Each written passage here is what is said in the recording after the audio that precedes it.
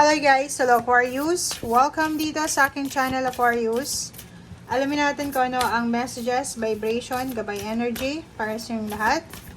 At ay next 3 months reading, June, July, August 2024. Para ito sa lahat ng Aquarius.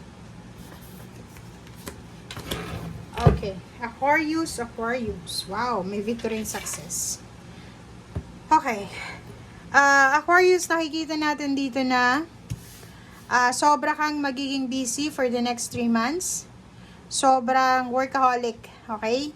May mga Aquarius na nagtatrabaho sa gabi hanggang sa umaga, gabi, weekends, working too hard working too hard, or masyado kang workaholic, parang gano'n yung sinasabi. Busy ka sa ginagawa mo. Okay? Overtime ka ng overtime. So, nangangailangan ka ng balanse sa iyong buhay. If ever may kailangan kang tulong, humingi ka ng tulong sa mga taong pwedeng makatulong sa'yo. Iwasan mo din yung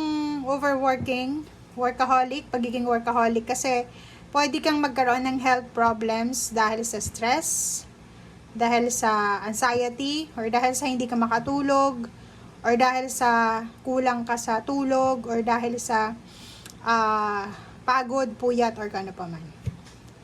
Okay. Ang maganda dito, lahat ng ginagawa mo, lahat ng efforts mo, ay mare-recognize ito ngayong next 3 months. So, ibig sabihin, lahat ng sacrifices mo, mare-recognize yun ng family mo, and makakatanggap ka din ng victory, success, recognition, promotion, awards, or scholarship. So, sinasabi ng baraha na pwedeng may mga Aquarius ditong mapopromote, may salary increase, may graduation, recognition, may awards, rewards, or kahit anong klaseng celebration. Okay? So, comment down below if you are resonated.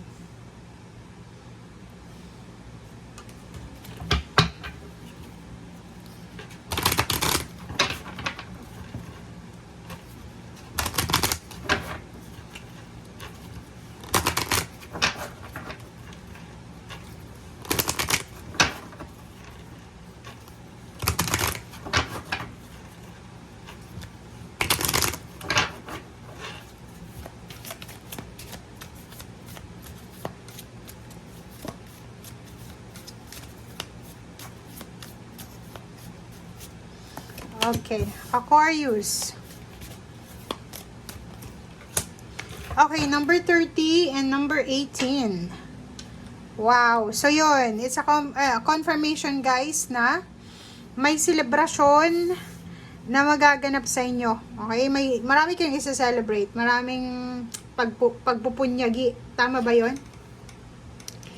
Maraming bagay ka sa buhay mo na isi-celebrate, ipagbubunyi. Okay? It's either, comment down below yung Aquarius ditong ikakasal. May Aquarius ditong magkakaroon ng engagement party. May graduation. Maraming ceremony. May mga okasyon, may handaan, may kainan, may sayawan. Lahat ng klase ng happy celebration meron ka. Number 18, number 9. Nakikita din natin dito na maraming collaboration, partnership ang mangyayari. So, pwedeng kasal, pwedeng business openings or business partnership or collaboration.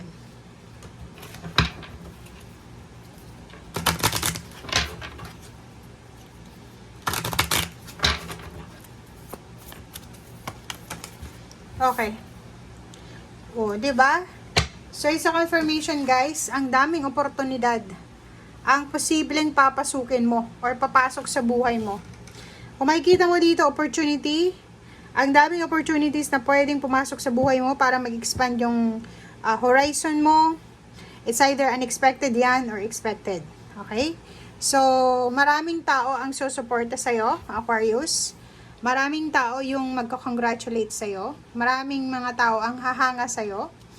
Maraming mga tao ang pwedeng may inspire mo sa kung ano man to na gagawin mo or mangyayari sa buhay mo ngayong next 3 months.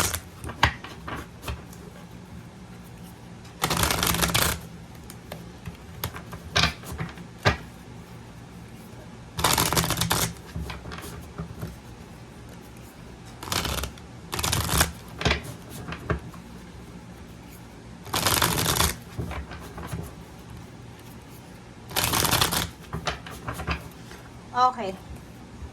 So, tingnan natin dito sa fourth deck. Okay, King of Swords. And, oh wow. So, ang nakikita natin dito, sobrang focus ito sa kasal, family, for one's home. So, pwedeng yung iba sa inyo dito talaga may kakasal. May kasal silang gagawin is either June, may June bride, July, or August. May iba na magpapatayo ng bahay, may iba na magsisimulang bumuo ng pamilya, mabubuntis, magkakaroon ng anak, mag-welcome ng bagong anak, or bagong relationship, bagong trabaho, bagong pagkakitaan, bagong source ng income, okay?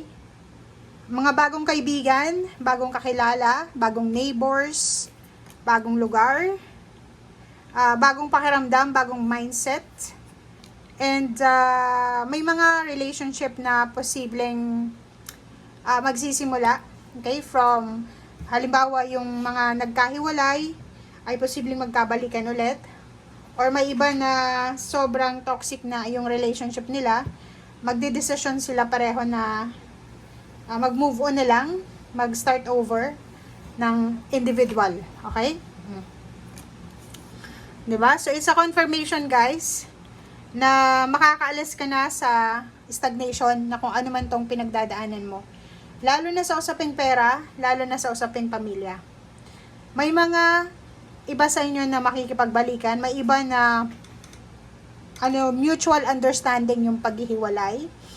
May ibang magre-relocate, lilipat ng trabaho, lilipat ng bahay, aalis sa kung nasaan man silang lugar sa ngayon kasi pakaramdam nila hindi magiging productive yung buhay nila doon, okay? Or dyan sa kinalalagyan nila. Meron din na closure, endings.